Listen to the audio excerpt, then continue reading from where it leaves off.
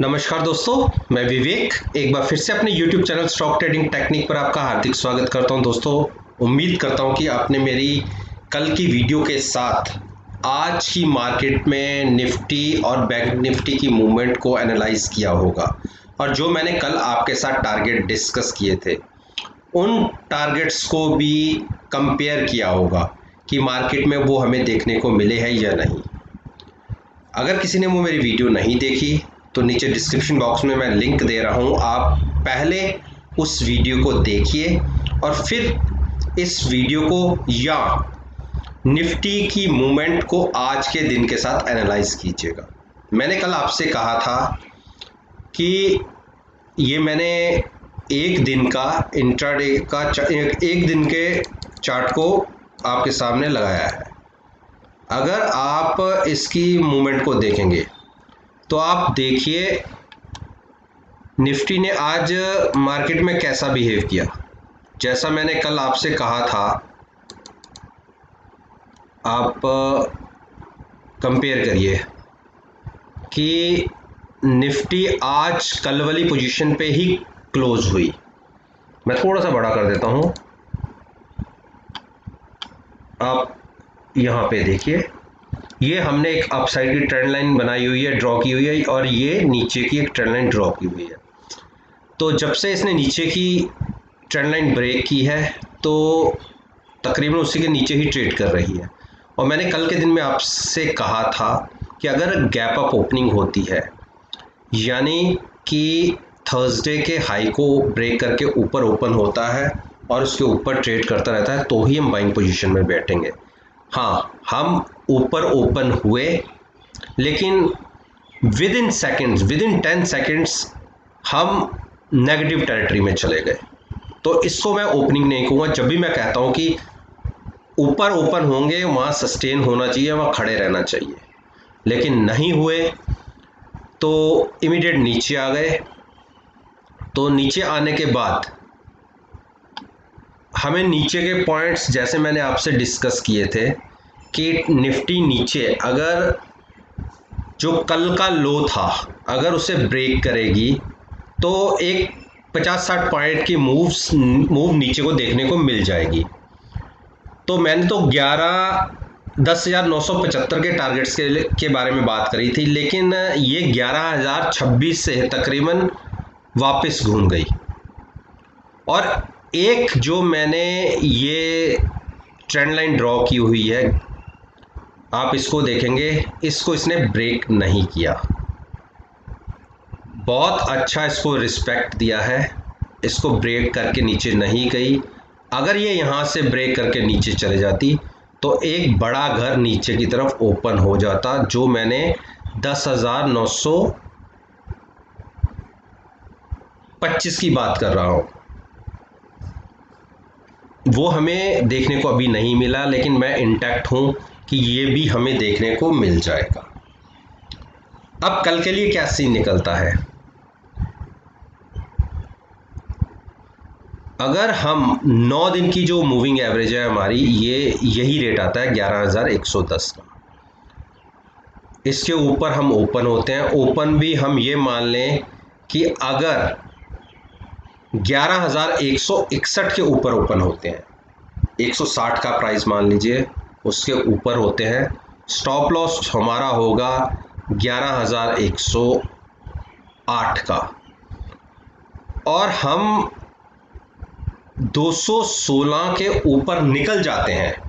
Open होने के बाद अगर हम 216 के ऊपर निकल जाते हैं तो एक बहुत बड़ी इमीडिएट मूव आपको देखने को मिलेगी। टारगेट होगा 350 का। 100 पॉइंट की मूव आपको बहुत स्पीड से 120 से 130 पॉइंट की मूव देखने को मिलेगी। नीचे अगर हम 11,104 के नीचे ओपन होते हैं और आज के लो की तरफ बढ़ते हैं, 11,050 मान लीजिए, इस लो की तरफ बढ़ते हैं और ब्रेक कीजिए 11,032 के टूटने का। 11,032 अगर हम ब्रेक हो जाते हैं तो एक बड़ी मूव नीचे की तरफ देखने को मिलेगी। पहला टारगेट 10,928 और उसके बाद का मैं एक टारगेट, बहुत बड़ा टारगेट आपको बताऊं जो देखने को मिल सकता है अगले वीक में, वो है 10,613 का। ये एक बड़े टारगेट की बात कर रहा हूं। छोटा टारगेट आपको 10,926 का देखने को मिलेगा। अब मैं आपको एक चीज वीकली बेसिस के ऊपर भी दिखाता हूं, एक वीक के चार्ट में। अब ये देखिए, ये जो दो मैंने ट्रेंड लाइन ड्रॉ की हुई है, ये ऊपर वाली और एक ये नीचे वाली, ये वीकली बेसिस पे कैंडल्स जनरेट हो रही हैं। अगर आप पिछले 5 वीक का, 1 2 3 4 5 6 वीक की अगर कैंडल्स को देखेंगे तो इन दो ट्रेंड लाइंस के बीच में ही क्लोजिंग आ रही है। और आप ये देखिए, ये आगे जो ट्रेंड है कितना नैरो होता जा रहा है। यानी मैं नेक्स्ट वीक के लिए बात करूं, अगर हमने अप साइड पर 11,330 के ऊपर की क्लोजिंग दे दी, नेक्स्ट वीक की क्लोजिंग बेसिस की बात कर रहा हूं, 330 के ऊपर की हमने अगर क्लोजिंग दे दी, 330 में 350 मानिए, अगर 11,350 के ऊपर हम वीकली बेसिस पे क्लोजिंग दे देते हैं इसके ऊपर, तो हम एक अप ट्रेंड में और तेजी वाले जोन में चले जाएंगे। और अगर हमारी नेक्स्ट वीक की क्लोजिंग 11,245 के नीचे आती है, नेक्स्ट वीक यानी अगला फ्राइडे की क्लोजिंग 11,250 से नीचे आती है, तो हम वीक होना शुरू हो जाएंगे। और उसमें हमारा जो पहला ही टारगेट नीचे को देखने को मिलेगा वो 11,042, और वीकली बेसिस पर 10,650 की जो मैं बात कर रहा था अपनी एक दिन के चार्ट में, ये देखने को हमें इमीडिएट मिल जाएंगे। तो अब बात करते हैं हम बैंक निफ्टी की। बैंक निफ्टी में हमें क्या देखने को मिला।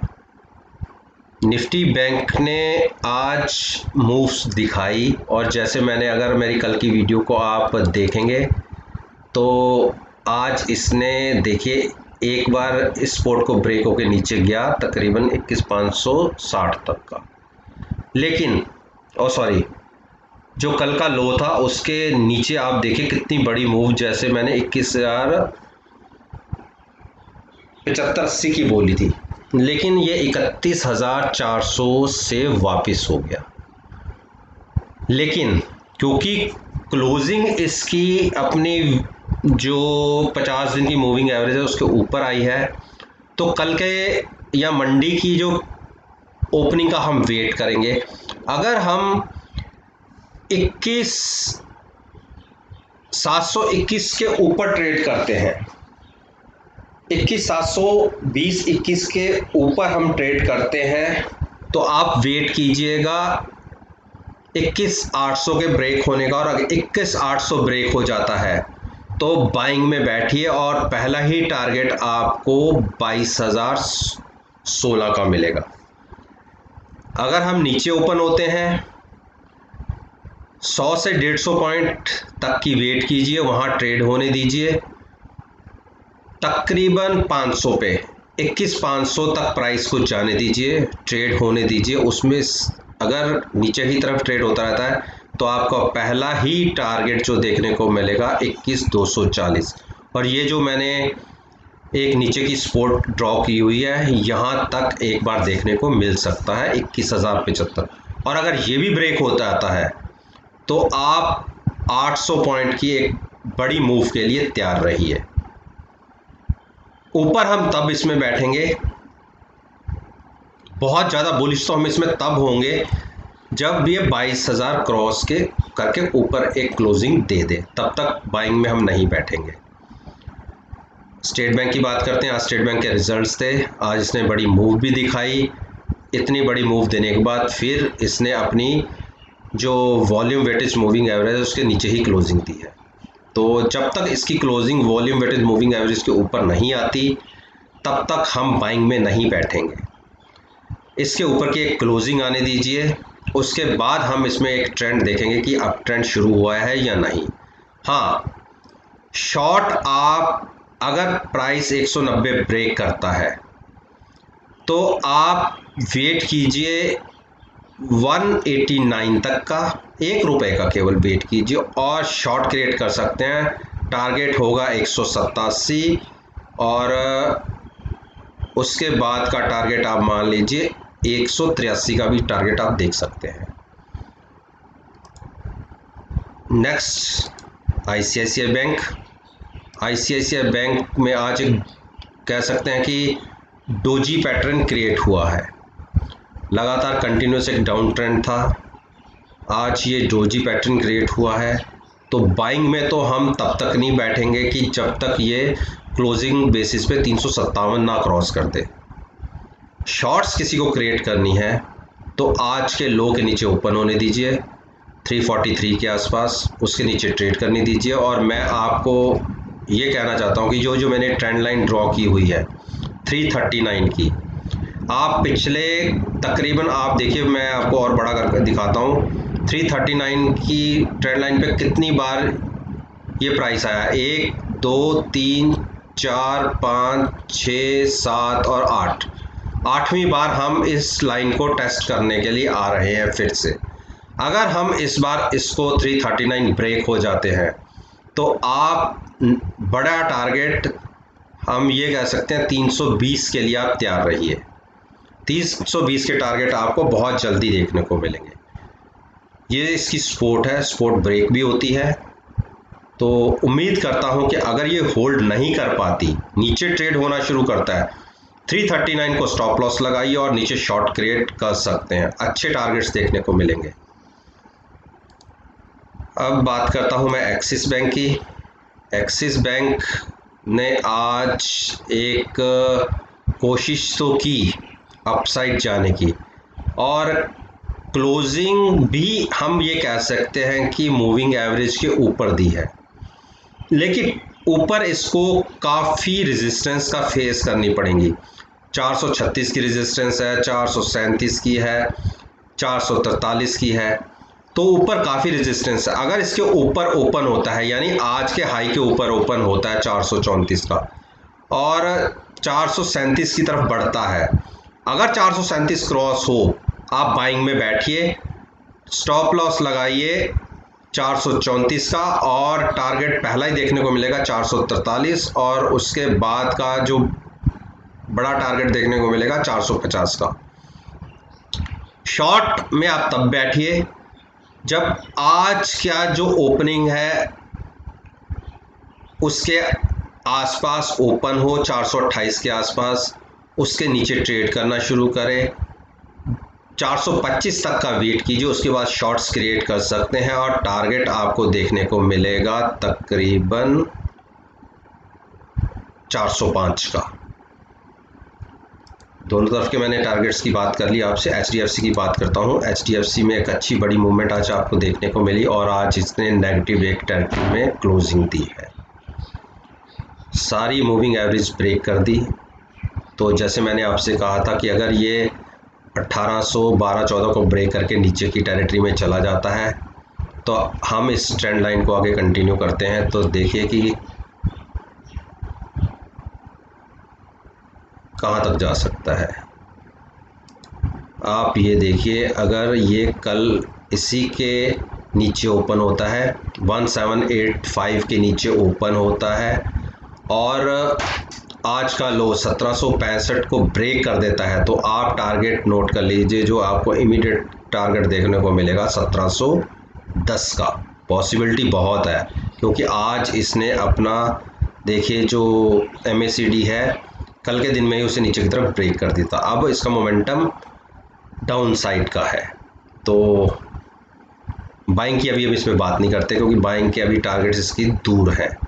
बाइंग में आप तभी बैठिएगा जब ये क्लोजिंग बेसिस पे 1813 को क्रॉस कर दे, क्लोज हो जाए, एक दिन का वेट कीजिए, तो ऊपर का टारगेट 840 का देखने को मिलेगा और वहाँ पे भी इसको बहुत बड़ी रेजिस्टेंस फेस करनी पड़ेगी। अब मैं बात करता हूँ आपके साथ HDFC बैंक की। दिग्गज शेयर है और जैसा मैं आपसे बोलता आ रहा हूँ कि ये एक पहले कोटक बैंक की बात कर लेते हैं। कोटक बैंक ने भी आप देखिए अपनी वॉल्यूम वेटेज मूविंग एवरेज के ऊपर ही क्लोजिंग दे रहा है और जब तक ये उसके ऊपर है हम इसमें शॉर्ट्स क्रिएट नहीं करेंगे। जैसे ही अपनी volume weightage moving average break करे तो ही आप इसमें शॉर्ट इनिशिएट करेगा। उसके लिए 1345 तक वेट कीजिए, टूटने दीजिए। एक बार प्राइस तकरीबन हम ये कह सकते हैं कि 1335 के आसपास आए तो आप शॉर्ट क्रिएट कर सकते हैं। टारगेट आपको नीचे के काफ़ी बड़े देखने को मिलेंगे, 1305 का भी देखने को मिल सकता है, लेकिन ये अभी अप ट्रेंड में ही है। वॉल्यूम वेटेज मूविंग एवरेज को लगातार होल्ड कर रहा है, तो अभी शॉर्ट्स क्रिएट इसमें नहीं करने। बाइंग में बैठना है तो कल का हाई यानी 1396 को क्रॉस होने दीजिए, उसके बाद ही इसके अंदर बाइंग पोजीशन में बैठिएगा। मैं HDFC बैंक को कोशिश करता हूं कि उसका चार्ट मिल जाए। HDFC बैंक में देखिए कंटिन्यूस एक ट्रेंड डाउन ट्रेंड और लोअर लोज रोज क्रिएट हो रहे हैं। मैंने आपको टारगेट इसके काफ़ी नीचे के बोल दिए थे कि ये एक 980 तक भी आ सकता है, और 980 में अब कुछ खास बचा भी नहीं है। अगर आप पहला ही टारगेट आप यहाँ तक देखिए तो हाँ 970 980 का निकलता है। ये 950 तक भी आ सकता है, अपनी सारी मूविंग एवरेज के नीचे है। आप देखिए आज की क्लोजिंग भी लोअर साइड पे है। अगर कल के दिन ये आज के लो से नीचे ओपन होता है यानी 1020 के नीचे ओपन होता है तो 10 से 15 मिनट वेट करने के बाद आप आज की जो ओपनिंग है या आज की क्लोजिंग है उसको एक स्टॉप लॉस लगाइए 1033 का, और पहला जो टारगेट देखिए 970 के आसपास और उसके बाद का टारगेट 940 का। ये दोनों टारगेट्स आपको देखने को मिल सकते हैं।